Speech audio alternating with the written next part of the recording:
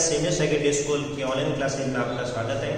हम कक्षा 12वीं के अंतर्गत हिंदी अनिवार्य में पिछली कक्षा में हमने संतवाणी के अंतर्गत कबीरदास पढ़ा और कबीरदास के दोहों के बारे में हमने विस्तृत चर्चा की और उसके पश्चात हम अब कबीरदास के पश्चात हम बात करने जा रहे हैं तुलसीदास की।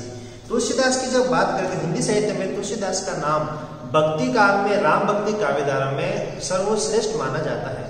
सर्वोपरि जो नाम जो है लोक नायक के तौर पर जब कहा जाए, समन्वय की विराट चेष्टा के जब कवि कहा जाए तो इसको कहा जाता है तुलसीदास जी को कहा जाता है, क्योंकि तुलसीदास जी ने ही अपने काव्य में उस समय के समाज के बारे में, उस समय की जनता की चित्तवृत्तियों के बारे में, उस समय की जनता के विचारों के बारे में और राम भक्ति काव्य का धारा में अपना सर्वोत्कृष्ट स्थान स्थापित किया है। किसने?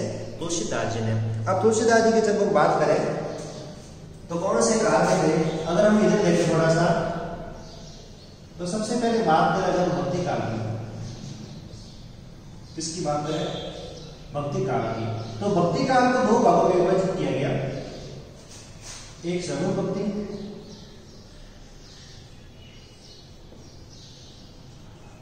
और दूसरी थी निर्गुण भक्ति। जब वापस बात करें सगुण भक्ति की तो सगुण भक्तों को भी वापस दो भागों में विभाजित किया, एक थी कृष्ण भक्ति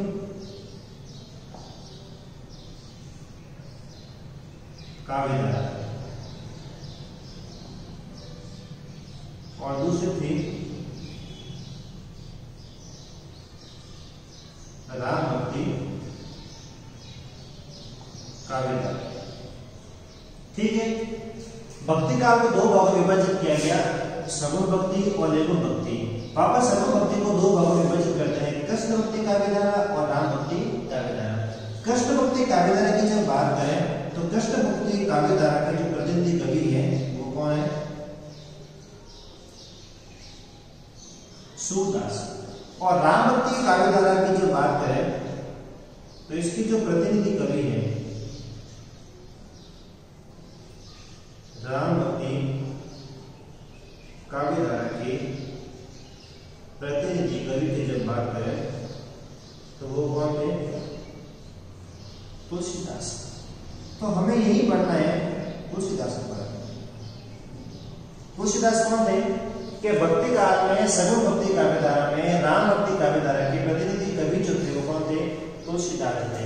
अब तुलसीदास जी की अगर बात करें तो तुलसीदास जी की काव्य रचनाओं में रामचरितमानस जो है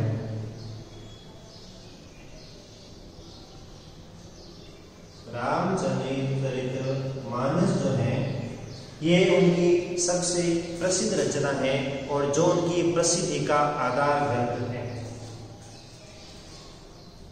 रामचरितमानस जो है तुलसीदास जी की प्रसिद्धि का क्या है? आधार ग्रंथ है। इसी रामचरितमानस के माध्यम से तुलसीदास जी ने राम काव्य को सर्वोत्कृष्ट काव्य स्थापित किया है। ठीक है, अब तुलसीदास जी की जब बात करें तो हिंदी में उनको लोक नायक कहा जाता है। लोक नायक का मतलब कहने का मतलब है उन्होंने सर्वत्र संपूर्ण जनता के एक नेतृत्व के तौर पर, नेतृत्वकर्ता के तौर पर काव्य रचना की है और समन्वय की विराट चेष्टा कवि, यानी उन्होंने सभी वर्गों में किसी भी वर्ग की बात करें ऊंच नीच का बिल्कुल भी भेद नहीं रखा और उन्होंने अपने काव्य में समन्वय की भावना रखी थी। इसलिए तुलसीदास जी को समन्वय की विराट चेष्टा के कवि भी कहा जाता है। इसलिए तुलसीदास जी अपने काव्य में सर्वोत्कृष्ट स्थान रखने वाले हैं। अब जन्म की बात करें तो तुलसीदास जी का जन्म, जो अगर हम जन्म की बात करें तो तुलसीदास का जन्म जो है 1532 ईस्वी राजापुर गांव, जिला कौन सा? बांदा जिला। कहां पर? उत्तर प्रदेश। ठीक है, मृत्यु की बात करें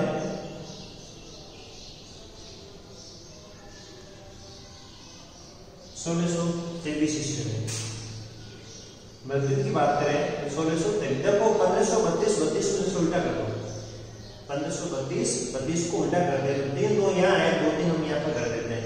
तुलसीदास का जन्म और मृत्यु दोनों बातें यहाँ पर हो जाएगी। बात आ चुकी है समझ में अपने, ठीक है। अब तुलसीदास जी के जब गुरु की बात करें,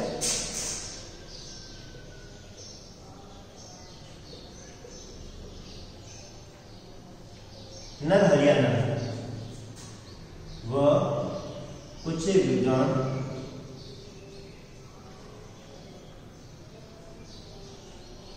से सनातन भी मानते हैं, ठीक है। पत्नी की बात करें तो पत्नी का नाम रत्नावली था, एक विदुषी स्त्री।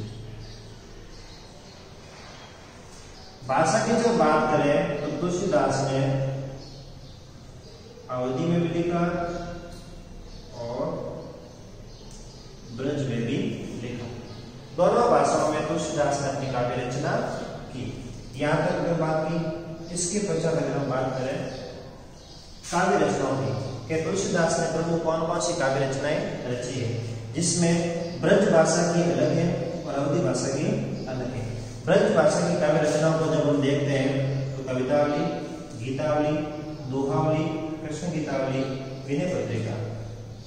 अवधि भाषा में रामचरितमानस, रामलला रंजू, रामायण कृष्ण, बरवे रामायण, वैराग्य संजीवनी, पार्वती मंगल, जानकी मंगल, ठीक है। ये सभी इनकी काव्य रचनाएं थी। अब जो कवितावली है, जो कवितावली है उसी को कुछ विद्वान जो है हनुमान बाबू को भी मानते हैं। कौन सी रचना? कवितावली। कुछ विद्वान क्या मानते हैं? हनुमान बाबू को भी मानते हैं। ये इसी का एक भाग है। जो कौन सी भाषा में? ब्रज भाषा में। इस बात का हमें विशेष तौर से ध्यान रखना पड़ेगा। अब यहाँ तक हमने बात की है। अब तुलसीदास के सामान्य जीवन के जब बारे में बात करें, तुलसीदास की जन्म की जब बात करें, उनके जीवन संबंधी जो घटना वगैरह उसके बारे में जब हम बात करें, ठीक है, ये बात करते हैं तो तुलसीदास का जो बचपन जो था बहुत ही कठिनाइयों में बीता। तुलसीदास का जन्म जो है बहुत ही कठिनाइयों में बीता, ऐसा माना जाता है, विद्वानों ने ऐसा कहा है। अब कैसे ऐसा माना जाता है? तुलसीदास का जो जन्म जो हुआ अभुक्त मूल नक्षत्र में हुआ था। कैसे नक्षत्र में हुआ था? अभुक्त मूल नक्षत्र, यानी एक बुरे नक्षत्र में हुआ था, गलत नक्षत्र में हुआ था। और इस नक्षत्र में जन्मे हुए जो बालक जो है वो विचित्र माने जाते हैं, घर के लिए एक अभिशाप के तौर पर माने जाते हैं। इसलिए तुलसीदास के घर वाले जो परिवार वाले जो थे उन पर लांछन लगे। जन्म लेते उसकी माता की मृत्यु हो चुकी थी और ठीक है, ऐसा माना जाता है, ऐसा कहा भी गया है पुस्तकों में, ठीक है। तो तुलसीदास को बचपन में ही जन्म लेते ही घर से बाहर निकाल दिया जाता है, अर्थात घर से बाहर ले जाया जाता है, उसको उस घर में नहीं रखा जाता है, ठीक है। कुछ एक विद्वान अलग अलग मानते हैं, सभी की अलग अलग राय मान जाती है, ठीक है। तो एक विद्वान को जब तुलसीदास जब मिलते हैं, गुरु को जब नरहरियानंद को, तो वो सर्वप्रथम तुलसीदास के जब जन्म होते हैं, जन्म में तुलसीदास सर्वप्रथम क्या बोलते हैं?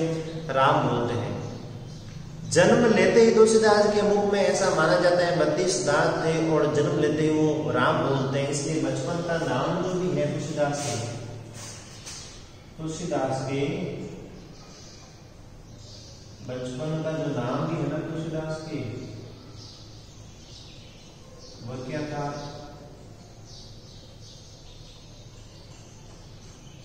राम बोला। बचपन का नाम क्या था? राम बोला, क्योंकि बचपन में जन्म लेते हुए क्या बोलते हैं? राम बोलते हैं, ठीक है। इसके पश्चात हम बात करें तो तुलसीदास के जो गुरु जी थे नरहरियानंद थे। कौन थे? नरहरियानंद। और तुलसीदास का जो विवाह जो होता है वो रत्नावली से होता है। रत्नावली एक विदुषी महिला थी।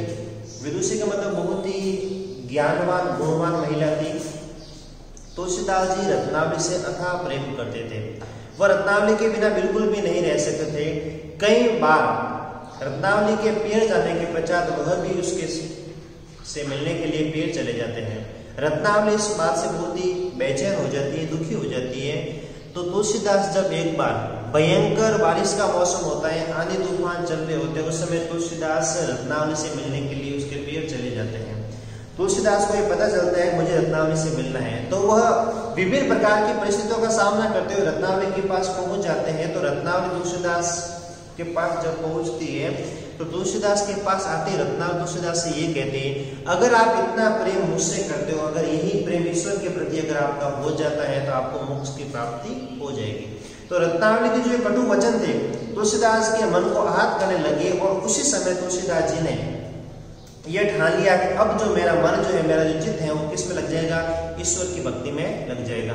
और उसी समय से तुलसीदास घर परिवार छोड़कर एक सन्यासी रूप धारण करके आश्रम में श्री राम की भक्ति में लग जाते हैं। तो अर्थात तुलसीदास को राम काव्य लिखने की जो प्रेरणा मिली, ईश्वर भक्ति विषय जो प्रेम जो मिला, वो किससे मिला, रत्नावली से प्रेरित होकर। अगर इस बात को हम यहाँ पर मेंशन करें, रत्नावली से प्रेरित होकर ही तुलसीदास ने काव्य यात्रा शुरू की। किससे प्रेरित होकर, रत्नावली से प्रेरित होकर। उसके पश्चात कभी भी वो इसके मोह में नहीं पड़े। इसके पश्चात वो आश्रम में रहने लग जाते हैं यहाँ के, और आश्रम में विभिन्न प्रकार के वेदों तंत्र का उच्चारण वगैरह करते हैं और वहीं से वो काव्य रचना शुरू करते हैं। अब इन सभी काव्य रचनाओं में मैंने बात की थी, सबसे प्रसिद्ध जो रचना है वो कौन सी है, रामचरितमानस, जो हिंदी साहित्य के इतिहास में राम काव्य का आधार ग्रंथ माना जाता है। रचना काल की जब बात करें तो 1576 रचना काल है इसका, रामचरितमानस का, जिसको 7 भागों में विभाजित किया गया है। अगर हम रामचरितमानस की बात करें,